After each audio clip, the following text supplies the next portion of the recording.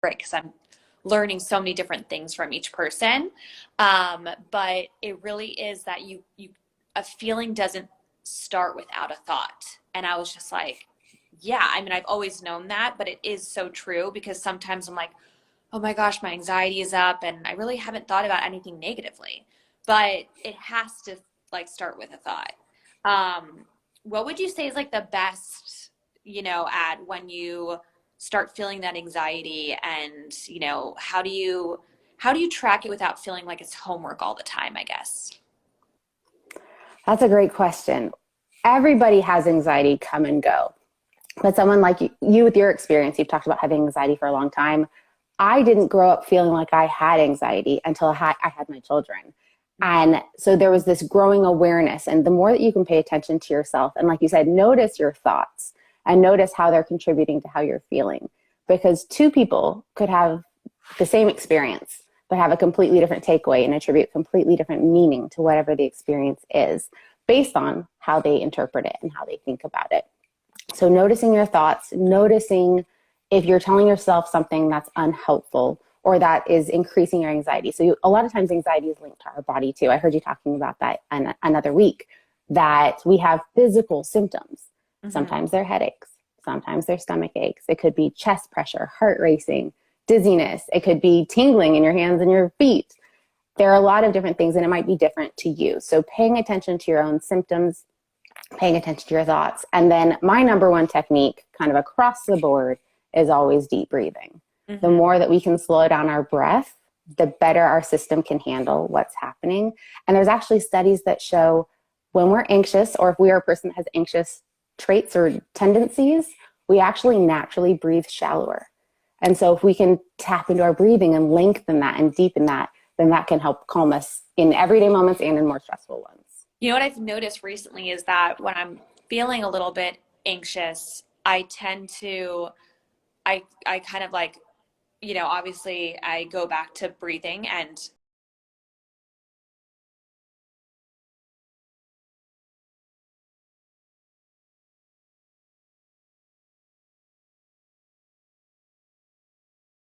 it's like, yeah, that, because like, the obviously my relaxation kind of, any type of meditation, they always say like to start your breath with like in your stomach versus your chest breathing. And so when I go to check in, I'm like, oh, like I'm really holding in my breath. So I've like noticed that and then I start to relax, which is so helpful.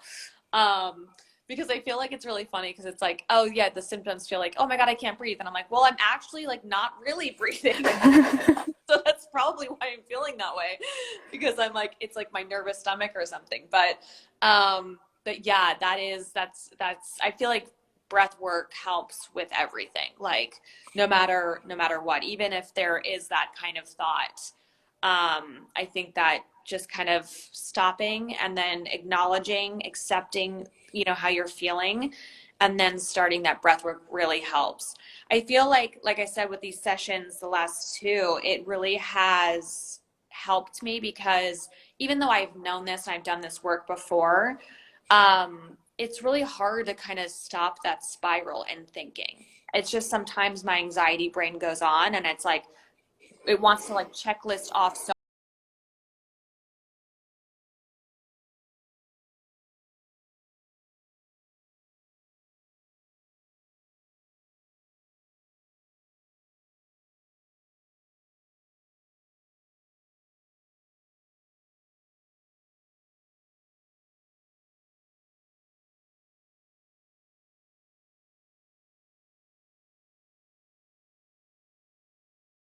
many things that is just like a future situation. It's not actually being in the present moment.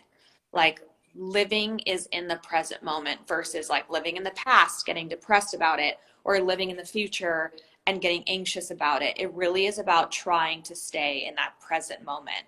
And so that's why I feel like meditation obviously is always so important because when I don't do that meditation, even if I'm feeling really good, because recently I have been feeling great. I was a month ago definitely going through it, but I have felt like this book has really helped me back and finding that my more presence, I guess. Um, and I've been challenging myself to things that did scare me in the last month, and I haven't felt that way. So it's really nice to kind of feel like coming out of it. But yeah, I definitely think that there is that kind of tracking, like we talked about, and also just kind of accepting and then kind of just moving through it and being present is like the most important thing. So that has been helping me a lot. One of the things the book's mentioned is that sometimes our anxious thoughts, and this is a question for you too, um, is actually something that we are actually subconsciously upset about.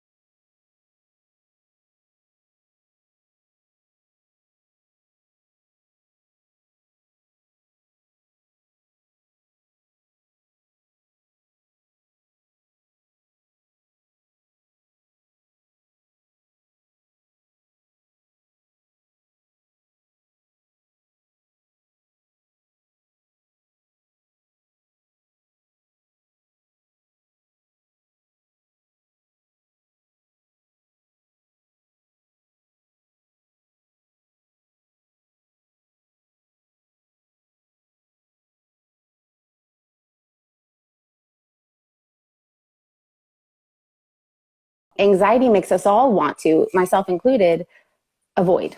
That's its hook. That's what it does to you. It makes you avoid things. So I love, Ashley, that you were just saying that in this past month you've been facing those fears and facing those challenges, because when we avoid our anxious feelings and thoughts, or whatever the situation is that we feel anxious about, we actually make that thing grow bigger. Yeah. I just wrote a children's book on this. It's called Fear Not. And what you're describing is exactly these 3 steps. So the first one is to name, acknowledge, and accept your fear. Because by doing that, by voicing your fear or your anxiety, you're stripping it of its power. By keeping it contained and hidden, it is owning you. So by voicing it, you're stripping it of its power. And then what you were saying, you had it a month ago and now you're not feeling that way. Remembering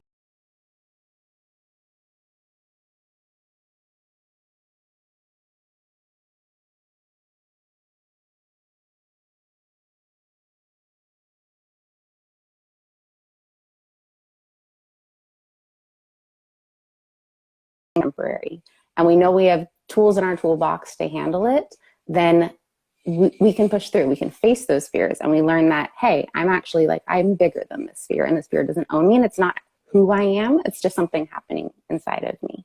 Yeah. Yeah. I feel like that is something um, that is so important, that it's always to remember that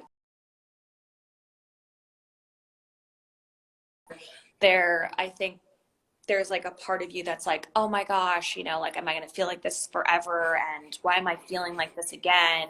And it's almost like kind of scary, but you just have to put the work into it. That's what I tell all my friends, like all my friends who ask me about, what has helped me with anxiety. It's like, there are going to be times in my life, like just like now, like I did not know that I would obviously be experiencing something that I experienced 4 years ago and I worked really hard on and got through it.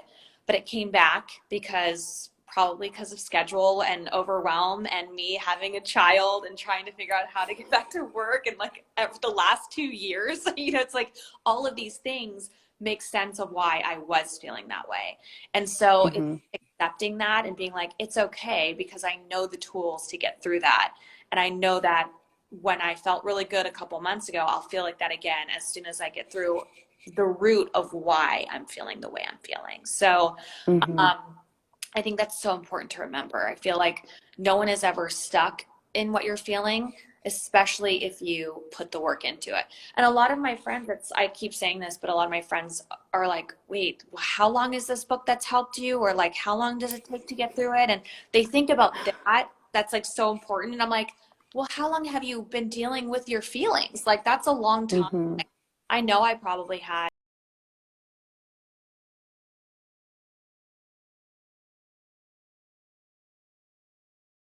It starts with self love, and the self love is actually working on yourself to get better Mm-hmm. and to be better. And I think that, like I said, it's session 9. I was already starting to feel so much better on session 8. And that's 8 weeks of this work that I've done. But it's really nice to kind of just feel good and just kind of implement the tools, like even doing stuff like, flying to vacation that I did last weekend. Flying for the first time, or yeah, without my baby, which would normally, definitely, that's a natural thing to have anxiety about. But I was able to be on the plane and just be like, okay, accepting of these feelings, like this is totally natural. You're leaving your baby for like a couple days for the first time. And so I just kind of accepted, but then I was like, but I'm really proud of you for doing this because you should take this time, with me and my husband going on vacation. I should be able to have that moment. And so then I just instilled positive thinking instead of like negative thinking of like, I could have, and I'm not there. What if it, and it's like, you could go on that journey with that spiral, but like, what is that going to do? And she was perfectly fine. We had both our moms here with her. She had like a big sleepover with the grandmas, and it really just was an awesome thing to do and to know that it's okay, because a lot of that I think comes from also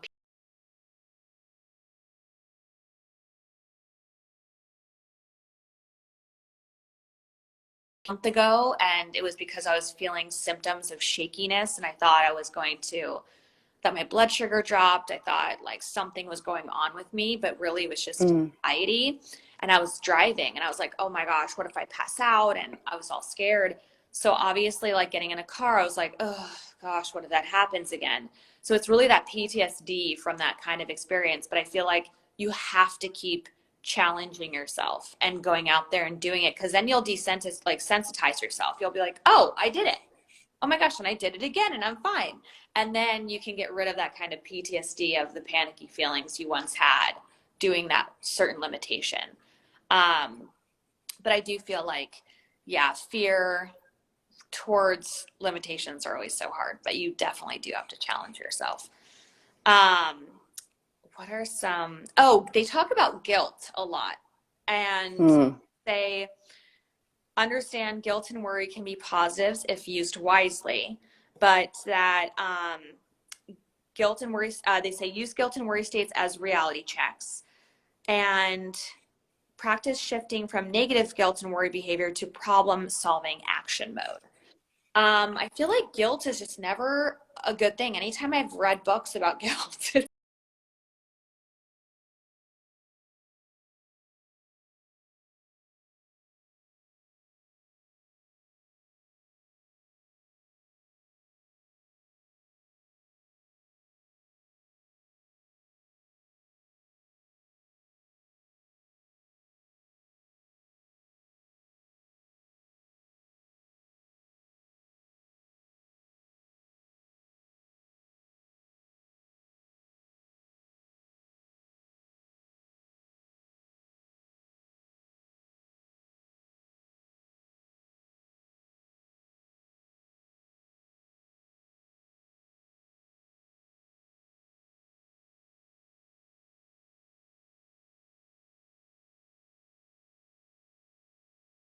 Feel guilt about things we didn't do that maybe we wish we had.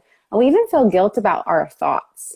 Like if we are mad in our mind with our partner, but we haven't told it to them, but maybe we're saying mean things in our head, we might feel guilt about these things that never even happened, that are inside our own system. And so I love the idea that this book talks about of a reality check, because, okay, let's get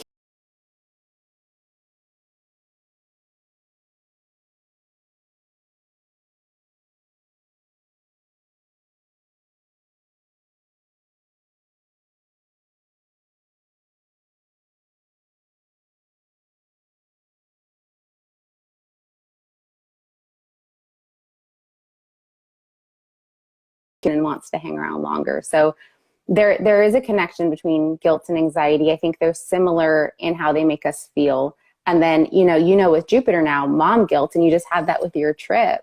Yeah. Like mom guilt is hardcore and it doesn't often it's based in, are you there? Did we lose each other? I'm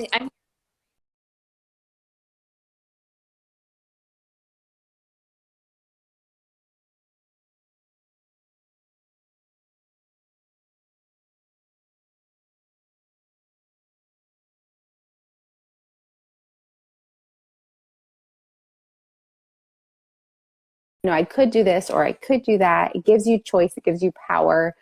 And yeah, that just basically the idea that mom guilt so much is we're putting it on ourselves. And there we need to have that reality check of like, really, as long as we love our kids and we're a good enough mom, yeah. we're doing all right. Yeah, I know. And I think that it's so important, like they're saying, to take action because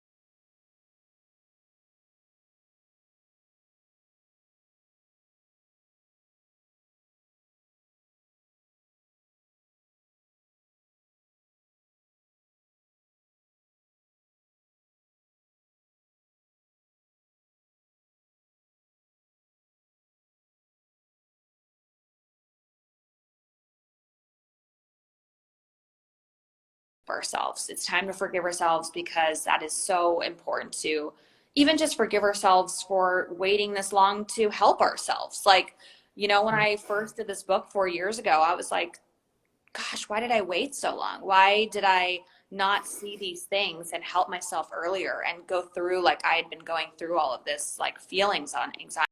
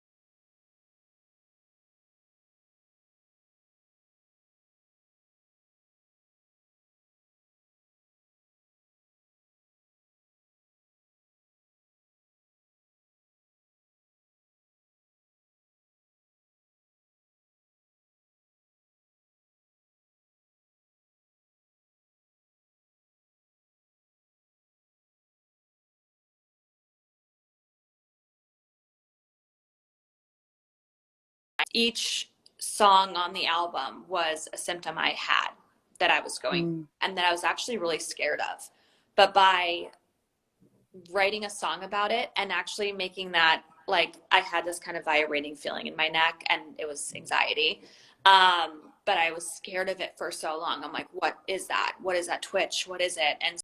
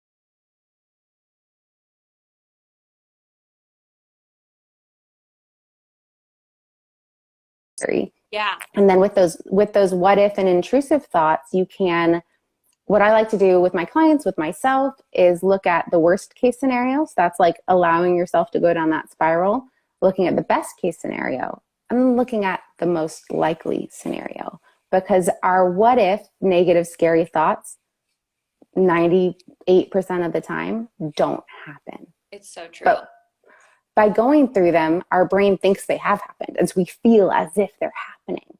And so then if we can switch and go into the best case, we actually feel pretty good. And if we switch and go into most likely, which is closer to the best case scenario, then we can relieve ourselves of a lot of that weight of those anxiety feelings and those scary thoughts. Yeah. And I feel like too, it's really what I notice about myself is that when I'm going through a moment like this, I feel a little bit like I've lost my power. And we all have power within us, and we all are powerful beings. And it's about finding that power again, knowing that you're going to be okay. And no matter what happens, and you're strong, and just reminding yourself of how powerful you are, I think is super important, because I feel like when I do get into the anxiety stuff, it's like I feel almost victim to it.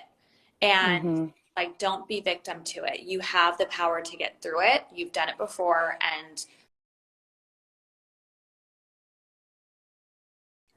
that is all also like those thoughts that we're talking about, those like negative thoughts, those scary thoughts. It's because there is that control that you're trying to find. But when you start to feel like, you know what, like I can handle it, I can handle anything. I am a powerful person. I am strong. And remind yourself of all of those beautiful things. It's just so helpful. It's actually one of the last pages of the scary stuff that she says, which is really beautiful. But she says, these are obsessive thought replacement dialogue. I like myself. I am working to improve myself to be stronger. I like myself for who I am today. I will feel even stronger tomorrow and even stronger in 6 months to a year. There are a lot of good things about me. I am talented. I am loving. I am confident. I am positive. I radiate good, positive feelings. I am full of life. I love life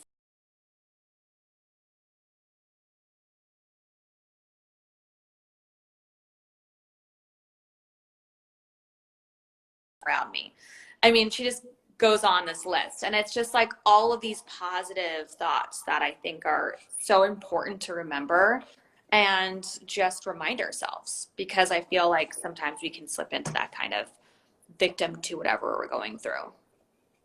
I love that. I think that's great. And actually listening to you say those, I want you to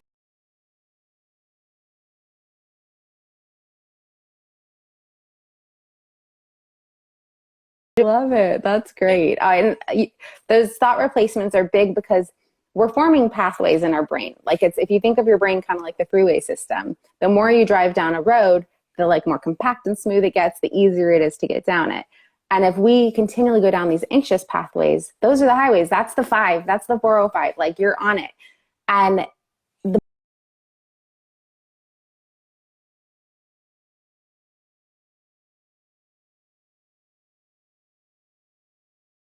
that are going to become stronger. I love that. I think that's great. I know. I think it's so good, and it just makes you feel so good. So I feel like it's always like start your morning off with those positive thoughts. Yeah, that's so great. Yeah. Well, this book just sounds incredible, and I love this conversation, and I love that you're sharing this with your Frenchies, and like how impactful. Like you're going through this for you, but you're going through this for everybody, and it's just so important. I know. It was obviously Frenchie was created because of what I went through 4 years ago and wanting to just share all the information that I had. And it was great because, I mean, it's been great because I'm just able to say, like, that is something I went through. And then, like, this is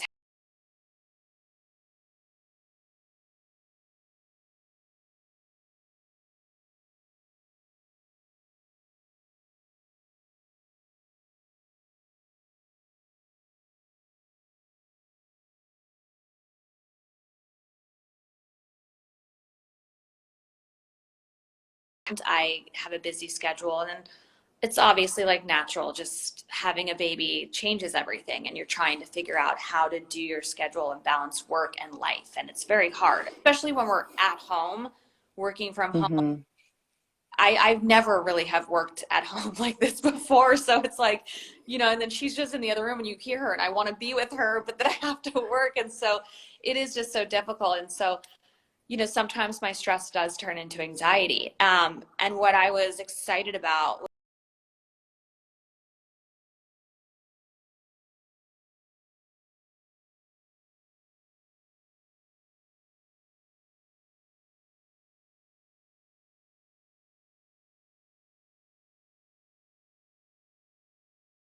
saw me go through it. So I'm excited to kind of share my journey in going through it again and being able to help others. And so it's been a real treat. I mean, we're coming to a close soon, but hopefully, I feel like everyone has learned a lot more. That, like even just seeing me go from really, I was like,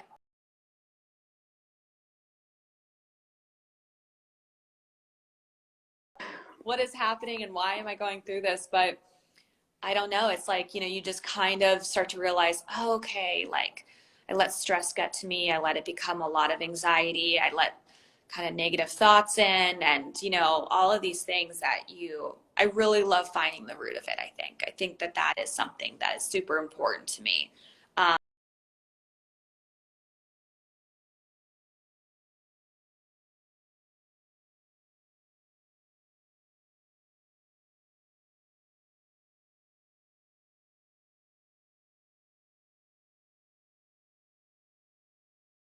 To know these things because we are going to have like like there are going to be things that we need to teach her, and I love that. Where can we find you? You can find me on my website, which is ChristinaFurnival.com, or on my 2 Instagram accounts. This is Real Life Mama and Capable Kiddos.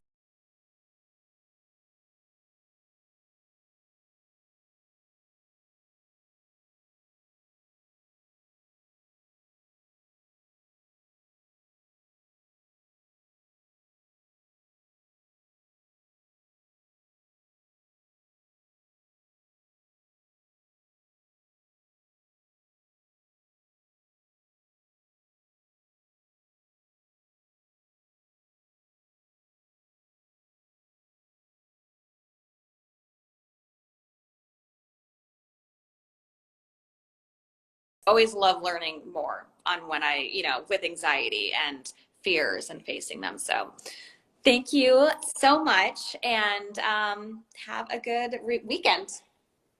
Thank you. Thank you so much for talking with me. Of course. Bye. Bye.